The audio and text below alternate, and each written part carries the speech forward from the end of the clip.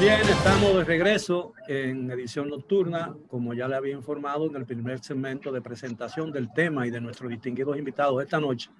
Vamos a hablar de béisbol y vamos a hablar del béisbol de las grandes ligas, la temporada tardía que posiblemente se inicie como estaba previsto antes de que finalice este mes de julio.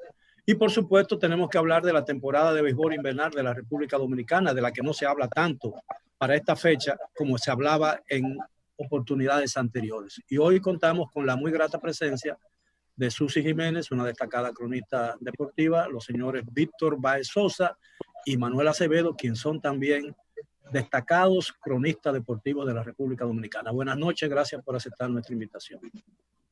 ¿Qué va a pasar con esos jóvenes peloteros de grandes ligas de la República Dominicana que tuvieron tan buen comienzo el año pasado y que hoy han perdido prácticamente la mitad de la temporada? Me refiero no al primer año de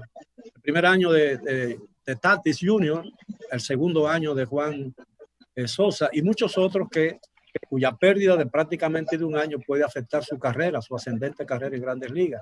¿Qué pasará ahora? ¿Habrá béisbol en grandes ligas y habrá béisbol realmente en la República Dominicana? La señorita Jiménez. Claro que sí. Damas primero. Será una temporada recortada, 60 partidos. Lo bueno de todo es que esos jugadores van a ser medidos todos con el mismo tiempo. O sea, todos tienen la misma oportunidad en estos 60 juegos de temporada regular de poder demostrar lo necesario. Es menos de la mitad de una temporada regular normal de grandes ligas. Para algunos que inician bien por lo regular, 60 juegos puede ser bueno, pero también es poco tiempo para algunos que duran más tiempo para ponerse en forma. Uno lo que espera es que en igualdad de condiciones los 60 juegos puedan ser beneficiosos para esos jugadores jóvenes que usted menciona, Fernando Tatis, Vladimir Guerrero Jr., en el caso de Wander Franco, que fue protegido en esos 60 jugadores del equipo de los Rays de Tampa y que uno espera que pueda debutar. Yo creo que todos tienen la misma oportunidad y uno espera que tengan buen resultado en esos 60 juegos. Algo muy importante. No, por favor. Algo muy importante es que Lucy mencionó algo vital. Muchos jugadores que empiezan lento.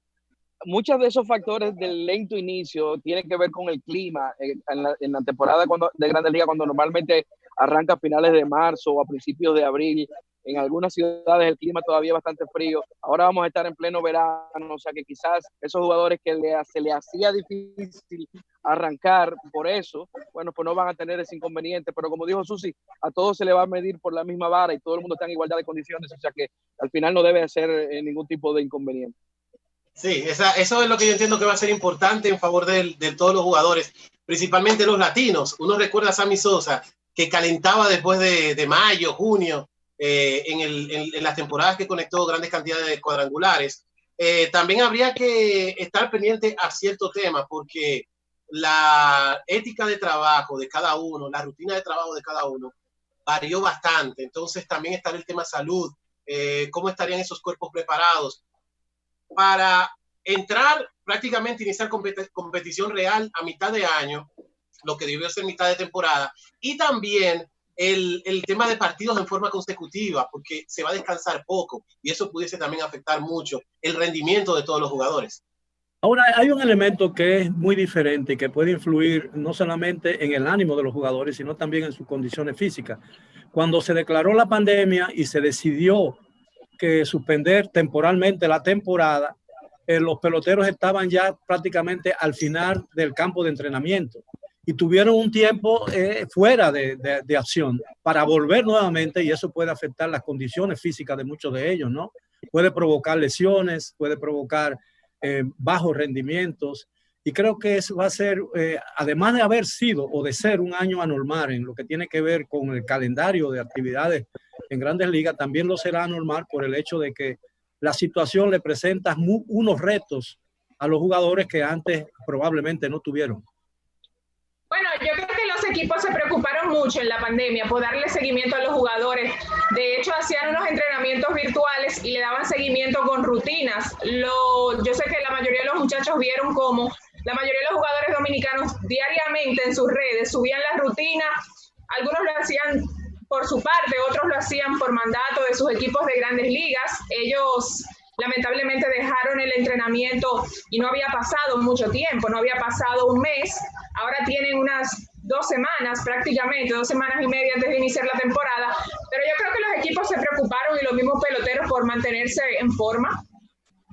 Pero además, don Miguel, también quien más lo puede sufrir al principio de la temporada son los lanzadores. Los abridores, por ejemplo, al principio quizás no lo veamos lanzando 6, 7 entradas, quizás lo veamos limitado a 4 o 5, no más de ahí. Pero por eso también los equipos van a tener un roster un poquito más ampliados al iniciar la temporada para que puedan tener más brazos frescos y puedan lidiar ese inconveniente. Sí, porque será un roster escalonado, iniciando con 30, 27 hasta llegar al roster de 26. También estaría algo a favor, porque contrario a los jugadores de la NBA que estaban en plena competición, que tienen que bajar ese rendimiento, bajar esa energía para volver a entrar en forma, los jugadores estaban entrando en forma paulativamente, o sea, que la temporada no había arrancado. Eso también puede estar en favor de ellos, pero repito, o sea, son tipos que venían prácticamente teniendo competición real mucho antes de este mes de julio donde va a iniciar, y es prácticamente el mes de agosto donde iniciará la temporada. El factor psicológico, que yo creo que puede influir mucho en el rendimiento y en la situación de los jugadores particulares, su actitud frente al juego, frente a la temporada. Es decir, la dilación en el inicio de la temporada ha creado lo que evidentemente es angustia en los jugadores, especialmente en los jóvenes, la incertidumbre de si van a poder jugar temporada, si van a poder rendir a capacidad en sus condiciones, y todo eso puede influir en el rendimiento y afectar la carrera de esos jóvenes, ¿no? Bueno, hay algunos que no han estado listos inclusive para enfrentar la temporada y han declinado, han preferido no participar. Nombres de jugadores de bastante nivel, David Price, Félix Hernández, todavía hay algunos que no están 100% seguros si realmente van a participar, aunque estemos ya a menos de una semana del inicio. Pero yo sí sé que hay muchos psicólogos deportivos que han abordado el tema de cómo psicológicamente los atletas en general van a lidiar con la vuelta y pensar que tienen que seguir todo ese protocolo de salud con tanta rigurosidad, cómo le va a afectar eso a la naturaleza del juego. Y yo creo que sí, porque son humanos, no son robots, se van a preocupar, quizás van a estar pensando en que si uno del equipo dio positivo, entonces él va a retornar a su casa más adelante y quizás pueda contagiarlo. Yo creo que sí va a afectar. Y esa misma incertidumbre que tenemos nosotros, natural, la van a tener allá, y hay un factor psicológico que va a impactar mucho, y es la falta de público en las gradas. Esos jugadores generalmente se alimentan de la bulla del fanático, de esa adrenalina que genera. No lo vamos a tener. Se van a usar sonidos externos para tratar de aliviar un poquito eso, pero la realidad es que no es lo mismo esa entrega sin público, y lo que vamos a escuchar es sencillamente los sonidos naturales del juego. Esa parte psicológica también ellos van a tener que aprender a lidiar con eso este año. Sí, pero sabes que yo tomo patrón de otras disciplinas que ya han iniciado. Si bien es cierto el deporte del béisbol, su naturaleza es diferente a las demás, sobre todo en el timing del juego y en la continuidad del mismo. Otros deportes que también había esa incertidumbre, cuando los atletas están dentro del campo, ellos han mostrado que la competición dan el 100%. Habría que ver entonces, claro está, con tantas pausas que tiene el béisbol y demás, pero es como dice Susi, hay un trabajo del equipo en el cual ellos tienen que llevar esa mentalidad de competición y adaptarlas a estas circunstancias. Ya el tema de estar sin público, obviamente, es un factor importantísimo en la motivación, pero vuelvo y repito, o sea, primero está la meta 1, que es hacerle entender a los jugadores que los protocolos iniciales para entrar al campo de juego es lo más importante. La meta es que todo el que esté dentro del estadio esté sano, es lo primero. Y después, entonces, implementar esa competitividad en sus mentes para que ellos puedan dar el 100% en el terreno. Y también ellos tienen que pensar que están en medio de una temporada. Hay jugadores como Mookie Betts que están aspirando a ir a una agencia libre, que estos 60 juegos pudiesen ser más determinantes para el mismo jugador. Pero no hay duda que la ausencia de público va a crear un impacto muy negativo en los jugadores. Muchos creerán que realmente no tienen que desempeñarse a fondo porque están practicando y no jugando realmente un partido de Grandes Ligas. Aunque haya muchos protocolos y haya un entrenamiento psicológico en esos muchachos y en esos peloteros jóvenes, y los veteranos también, la ausencia del público, la adrenalina que se genera con los aplausos del público cuando el partido llega a una situación de tensión, no será el mismo. No será el mismo. Yo pienso que quizás pudieron haber limitado la asistencia de público, como se hace aquí cuando uno va a un banco, que hay una distancia entre uno y otro. Aquellos estadios donde hay una capacidad de 40,000 personas, vender solamente 20,000 o vender 18,000. Pero la ausencia de público en los estadios va a influir en la calidad del béisbol de las Grandes Ligas y posiblemente aquí también, si eso llegara a suceder. Lo que sí me ha gustado mucho es la creatividad de los diferentes equipos que van, sobre todo con los fanáticos abonados. Yo sé que ya se ha vuelto viral una imagen de los Metros de Nueva York que la imagen de los abonados la imprimieron, la recortaron, o sea, el torso, y lo colocaron en los asientos delante del Citi Field donde van a jugar. Y eso van a hacer otros equipos. Y yo creo que, además de que es jocoso, yo creo que no se va a ver el estadio tan vacío y va a ser como parte de la motivación de los peloteros. Y yo creo que muchos peloteros van a creer que están jugando con fantasma, ¿no?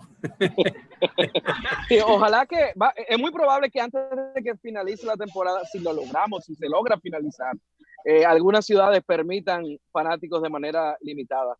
Pero eso va a variar de acuerdo a la ciudad. Por ejemplo, hoy fue que los nacionales recibieron luz verde para jugar en Washington. Ayer se estaba considerando que iban a tener que jugar en una sede alterna. Lo mismo pasó con Toronto hace unos días, que tenían esa incertidumbre. Pero hay ciudades que los casos están más controlados y en algún momento de la temporada es posible que veamos algo de fanáticos en esos estadios. ¿Piensan ustedes que la experiencia de esta temporada pueda cambiar la forma de hacer béisbol en el futuro? La vida va a cambiar. O sea, ya estamos viendo que prácticamente lo que nosotros entendíamos que era costumbre desapareció. Por ejemplo, hay algo que mucha gente no está de acuerdo. Yo sí, porque para mí 18 entradas es demasiado para un deporte.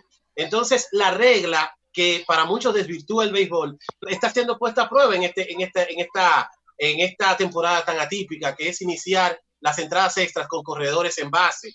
Eso pudiese ser un punto para ver qué tal resulta y tratar de implementarlo en un futuro. También la misma preparación. Yo quisiera que después de pasar todo eso, la gente siga, yo me refiero a la vida en general, siga siendo amable, siga saludando, siga dándose abrazos después que pase esto. Pero me luce que en el mismo deporte, el tema de que tú no puedas saludar a tus compañeros, el tema del mismo distanciamiento, eso contrario a las reglas, eso va a cambiar. Ya repito, la vida ha cambiado bastante. Y vendrán reglas de entradas lanzadas, del mismo, vamos a decirte, señalé el tema de los corredores en posición anotadora, que si eso funciona, eso va a ser implementado en el futuro. Ahora, algunas de esas medidas que se han tomado, lejos de quitarle tiempo a los partidos que son demasiado prolongados, lo que está haciendo alargándola, porque, por ejemplo, se obliga a los jugadores a lanzar con una rapidez, a los lanzadores lanzar con una rapidez inusual, y eso lo saca mucha gente de su ritmo, ¿no? Porque el wind-up y otra serie de cosas son características de un lanzador. Pero ahora, cuando se detiene un partido para la revisión de una jugada, a veces duran hasta 10 minutos. Yo no entiendo eso. Yo creo que le están quitando emoción al partido, le están quitando emoción al juego. Y eso de iniciar las entradas extras con posiciones con gente en las bases y las bases intencionales, reducirlas, vete a primera sin lanzar. Yo creo que esas cosas le están quitando emoción y están desnaturalizando el béisbol clásico, el béisbol romántico que una vez se vivió y que hoy el dinero está sepultando paulatina pero firmemente.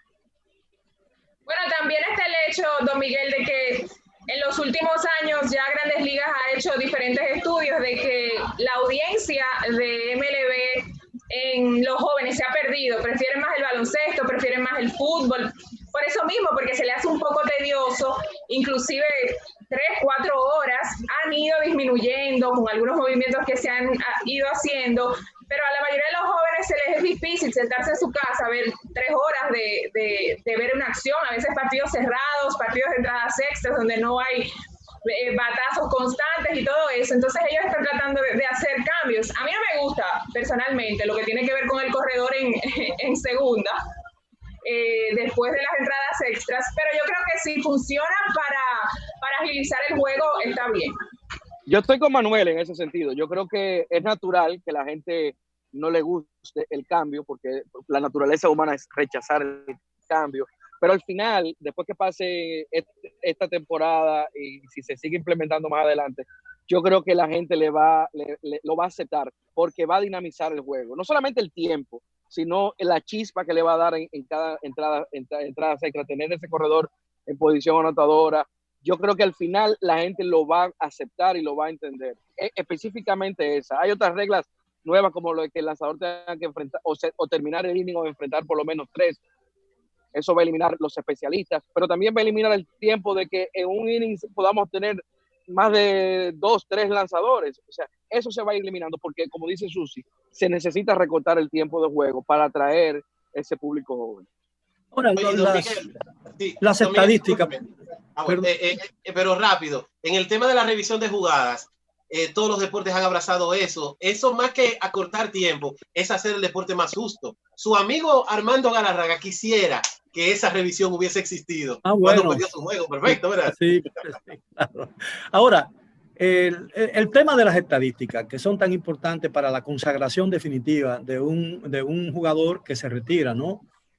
Por ejemplo, las carreras anotadas. ¿Cómo tú le anotas una carrera anotada a un jugador que no ha tenido un turno oficial en el partido? Y ni siquiera ha tenido un turno no oficial. Es decir, sale del banco y se va a segunda. No entiendo. No, porque la idea es... Pero esa carrera se le anotará. Sí, porque sí, es que la anotada va... Sí. La anotada va para el último out del inning anterior es el que va a entrar a correr en segunda. Para el lanzador que recibe ese corredor, se le anotaría como una carrera sucia. ¿Okay? Como si fuera una carrera sucia, como si se hubiera envasado por error. Yo creo que están forzando una solución que no está. Yo creo que el ajedrez hoy en día es más popular que hace muchos años y el ajedrez se sigue jugando sentado con un reloj pensando. Es decir, es una cuestión de gusto. El que no puede soportar un par de horas viendo un partido de béisbol es que definitivamente no le entusiasma el béisbol. Esa es mi opinión. Pero lo importante es que realmente se inicie la temporada. Creo que apenas faltan 7 días, ¿no? El 23 ya. Es el viernes que viene el inicio formal. Creo que van a inaugurar en los Yankees con... se han eliminado los juegos de Interliga, ¿no? ¿O no? No, se van a mantener. Pero menos. Bueno, pero la temporada se va a iniciar con los Yankees, los Dodgers y los Nacionales. Es un juego de Interliga, ¿no?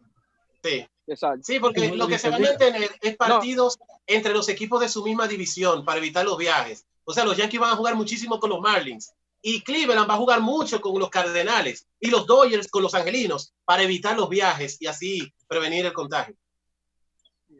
Bueno, si ustedes me lo permiten, tenemos que hacer una pausa, pero estaremos de regreso después de ellas. Y a los amigos televidentes, por favor, si les gusta el béisbol, manténgase en sintonía con Edición Nocturna, que regresamos después de la pausa.